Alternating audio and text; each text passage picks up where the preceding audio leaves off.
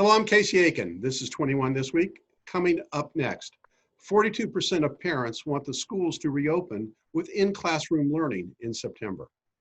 Referendum on 9 separate council districts poised to be presented, and bombshell expose from the Washington Redskins, and the name change may be the least of it.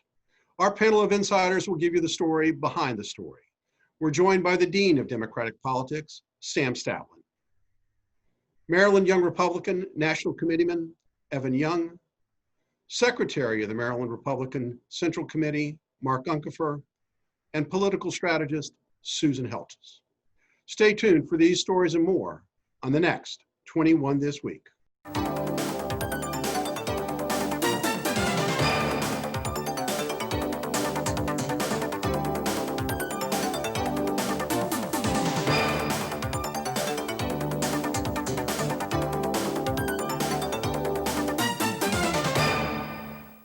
As the county records its lowest daily COVID-19 increase in weeks, the debate whether to open schools in the fall is the hot topic in Montgomery County.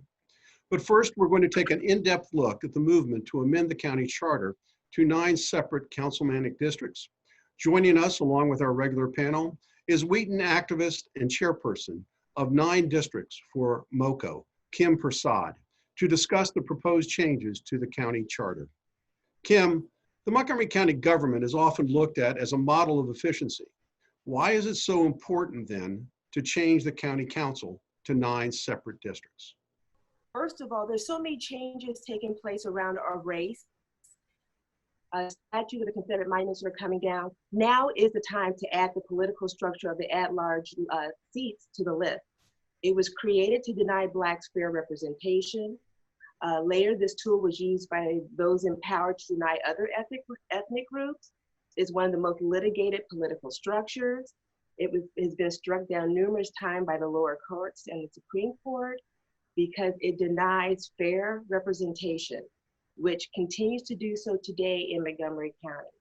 Well, talk to us a little bit about the process that you're going through and where you are, and then I'll open up the panel to talk about the merits.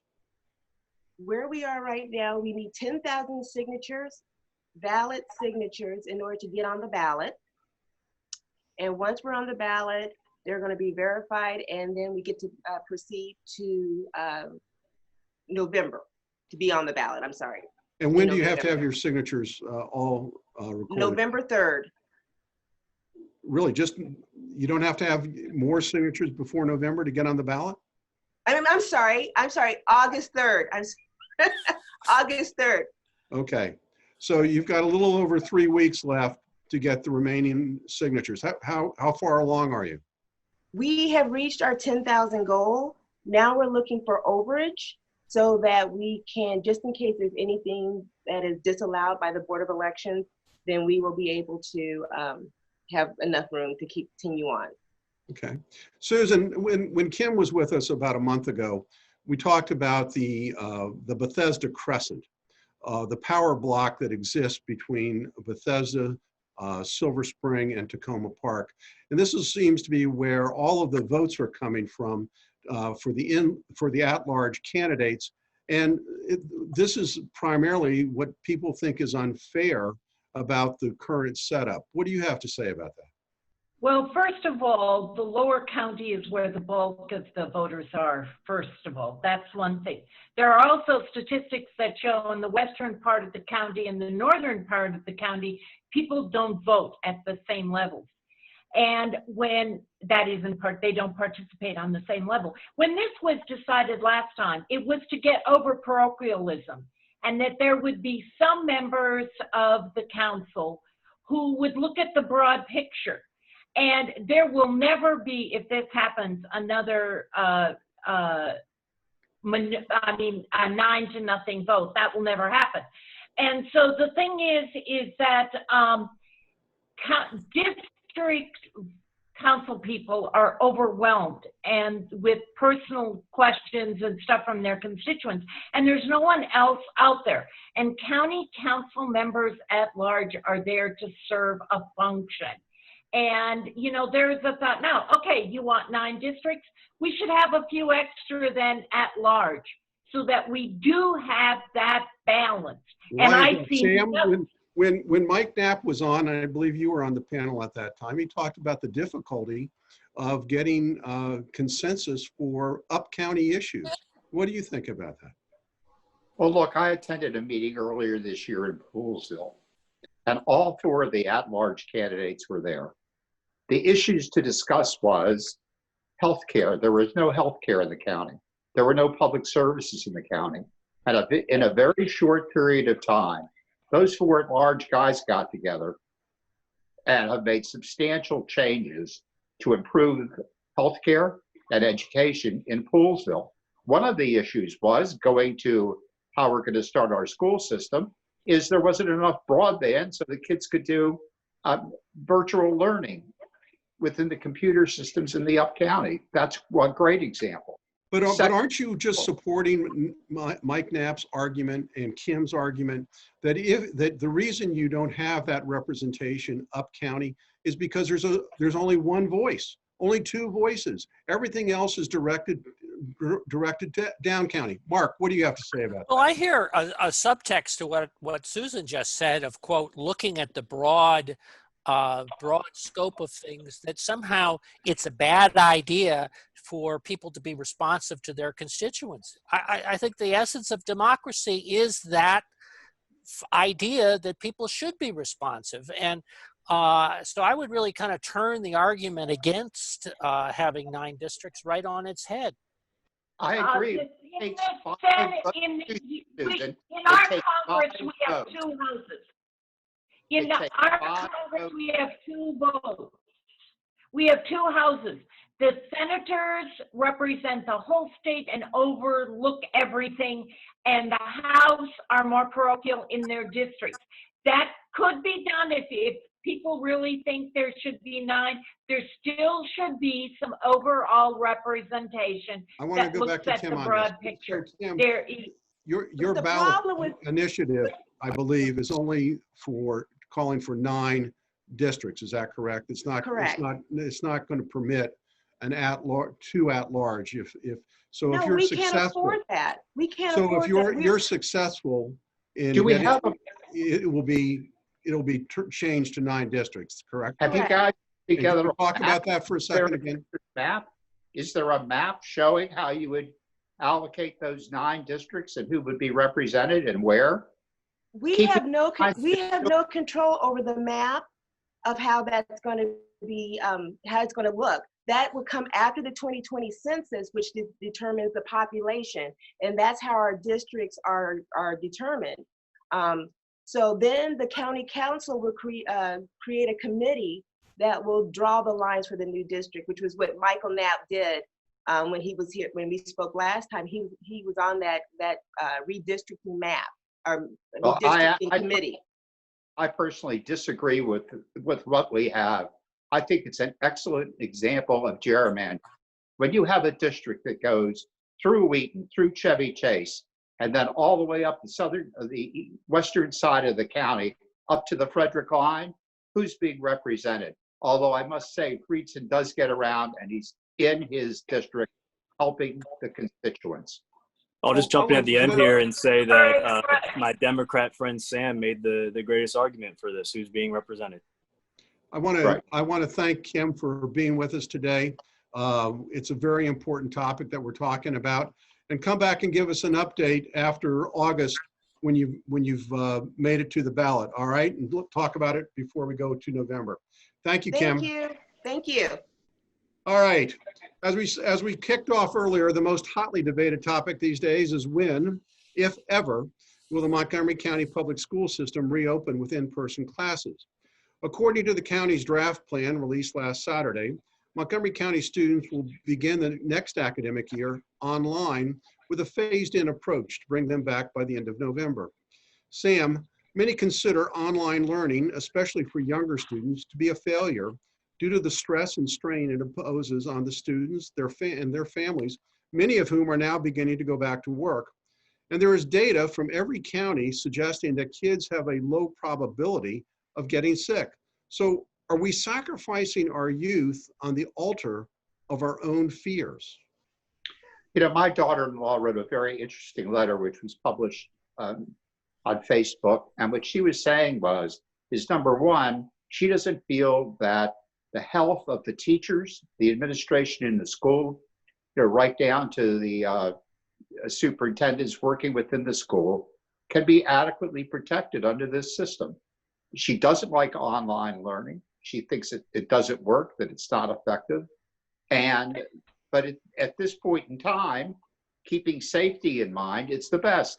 When these kids go home, Casey, they see their parents, they see their grandparents, and that's the exposure that we're getting. And that's the problem with this virus.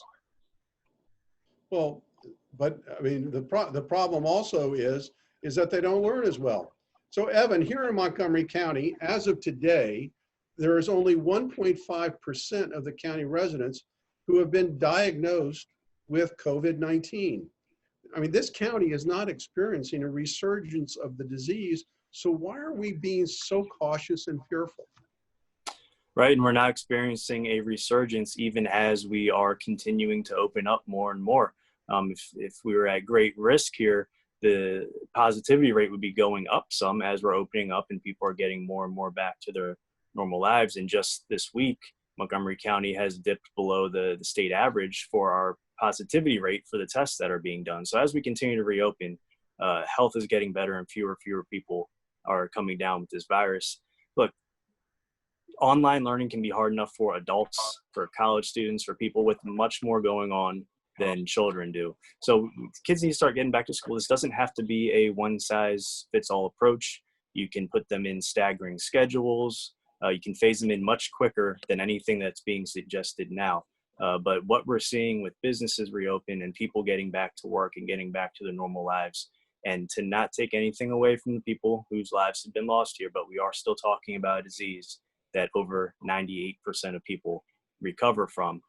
Kids should not be held out indefinitely, because next year there could be another disease, another virus that affects people and most everyone survives from. The year after that, another strain of something else could pop up. We can't start setting the standard now that every time something out in the world is dangerous for you that most people recover from, we shut down life, we shut down businesses, we shut down schools indefinitely. And again, we don't ever know if there's going to be a vaccine or a cure for this that actually works.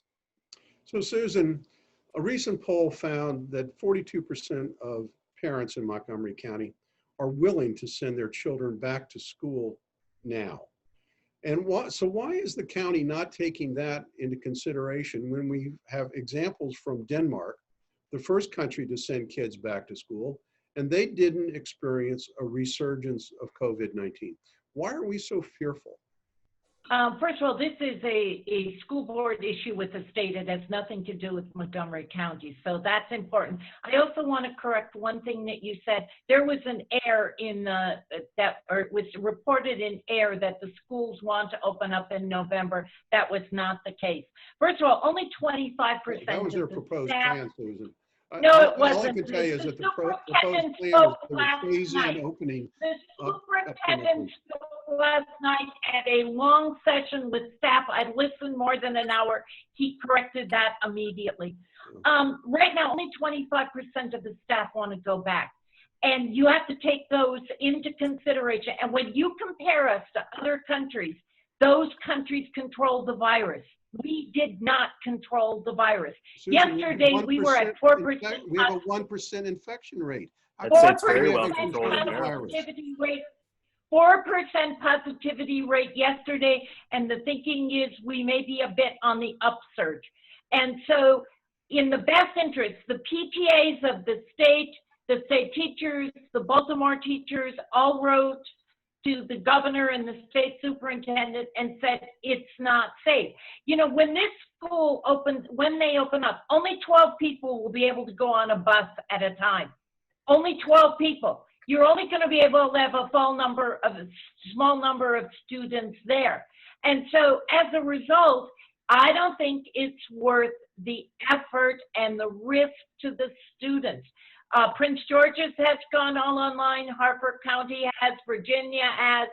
I'm very happy that you don't care about the learning gap between the rich and poor. And so, Mark, There's reason to believe that low income and minority students are the ones harmed the most by remote learning, and the fact that they will never catch up if they stay out of school too long. Absolutely. I know we've heard from the council a whole discussion about looking at social equity in decisions.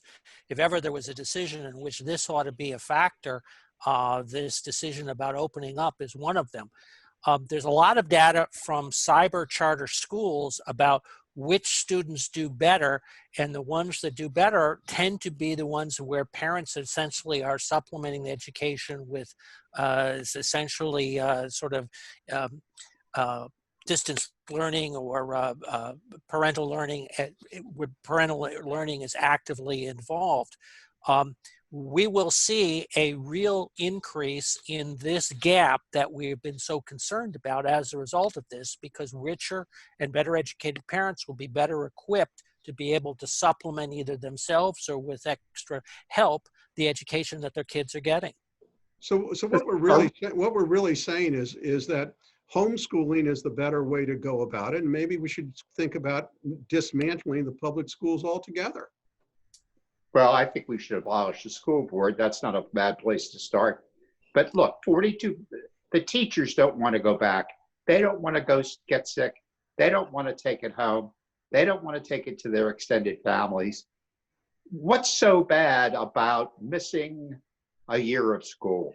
Sam, you put your finger on it. Is what we've operated is from the wrong premise, which is, are the schools being run for the benefit of the students, or are they being run for the benefit of the personnel?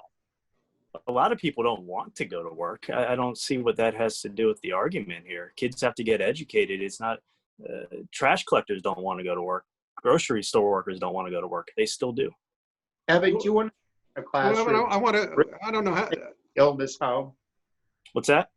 Would you want to teach in a classroom and risk your illness? If it was the career path that I chose, yes, because that's what I signed up to do. I think a lot of teachers disagree. I'm sure they do. Maybe they should be replaced, Sam. I mean, maybe we should have teachers that are dedicated to education and not dedicated to a paycheck. Or let parents have the financial resources to find alternatives. So that's a great point, Mark. And Evan, I want to ask you, if MCPS is unwilling to reopen, should the county issue vouchers to allow parents who want to send their kids to in-classroom schools or do homeschooling, take their money to a private school or to an in-home schooling service? Yeah, even when you account for the still maintaining the budget that's set aside for benefits and salaries, you still have about $260 million other than that goes towards other parts of education funding. And if schools are closed, some portion of that won't be being used for what its intended purposes. There's no reason not to give that back to parents so they can help get their kids the best education. Well, this is a topic we're going to have to talk about for the next 6 weeks until school technically opens in September. And it's certainly one that's going to be dependent upon the status of our overall health in the county. When we come back from this short break, we're going to talk about the Washington Redskins name change and the rumors that are circulating around the team. Stay tuned. And welcome back. After 78 years, the Washington Redskins have announced that they are going to change their name. This is after mounting pressure from activist groups who thought that the name Redskins was a pejorative. Now, with their opinion, Sam Statland.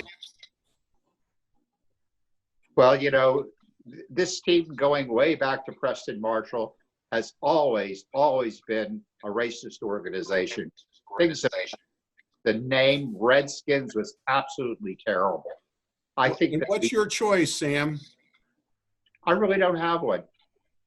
I flat out don't have one. The Washingtons, I don't know. Okay, Mark, Uncapher, your choice. I think I'm going to go with the Red Tails. I think it's a nice call out to the Tuskegee Airmen and as well as to birds that are in the Washington area. And Evan Young, what's your choice? Whatever it ends up being, I really just have two must-haves. Keep the colors, the burgundy and gold, and something that can easily slide into the fight song. We have not been good for most of my 31 years here, and those are the two constants I've had besides the losing. So I just need those two things to stay, whatever the name ends up being. And Susan Heltemes, I can't wait to hear what your choice is. I have been thrilled because I've been requesting this for a long time. I think the Red Tails is a good name, and I've heard from a little bit on the news that the Tuskegee Airmen would be happy to share their name with them. So I think that's good. And, you know, it was all because of finances when FedEx, et cetera, it happened. And I want to be able to give my name. My name for the new team should be the Washington Weasels, because that's exactly what this town is filled with. The swamp is filled with weasels. So hail to the Washington Weasels. Stay tuned for parting shots when we come back from this short break. And welcome back. Now with parting shots, Sam Statland. Great job to Dr. Gales and Mark Ulrich for keeping us safe. That's it? That's it. Evan Young, your parting shot. All right. Well, as we just talked about, my beloved Redskins have been forced to change their name. So I'm calling on everyone to just stay consistent in your outrage. The San Francisco 49ers are named after white gold rushers from 1849 who displaced Native Americans, drove them off their land, contributed to the genocide, and extracted the wealth from their land. Minnesota Vikings are named after some of the most prolific rapists and pillagers in history. So you're either offended and think names with offensive histories have to go, or you don't. Don't cherry pick. Don't be a hypocrite. And to all the white liberals out there who are celebrating this name change, I hope you have returned the land and the homes you own back to their original native owners. And if not, then you're just proving you're absolute frauds, and you only care when your activism does not at all impact or make your life inconvenient whatsoever. Hail to the Redskins. Evan. Mark Uncapher, your parting shot. Well, I wanted to thank Kim from the 9 District Group from appearing on the show today, and remind folks that there's still an opportunity to sign up online. You don't actually have to find somebody with the petition clipboard. If you go to their website, there's a process where folks can download the petition and send in their signature. Thank you, Mark. Susan Heltemes, wrap it up for us. Governor Hogan made a request of the state Board of Elections that a letter was to be sent to all voters to vote absentee. I think we need to go a step farther, and the governor and the Board of Elections are now looking at a total vote by mail. In terms of what is needed for all of the 8 early voting sites and for all of the districts on election day, it's overwhelming. Most volunteers in polls are over 60 years old. In terms of health and safety, we need to vote by mail. And we're not going to get over health issues. Wear a mask. Thank you. It's a lovely burgundy and gold mask. Thank it's a you. University of Minnesota mask. Thank you so much. I want to thank the panel. I also want to thank Kim Prasad for being here today to talk about that important charter amendment that's going to be on the ballot in November. And I want to thank the viewers, of course, for each week tuning in to Montgomery County's hardest hitting political talk show. For 21 this week, I'm Casey Aiken.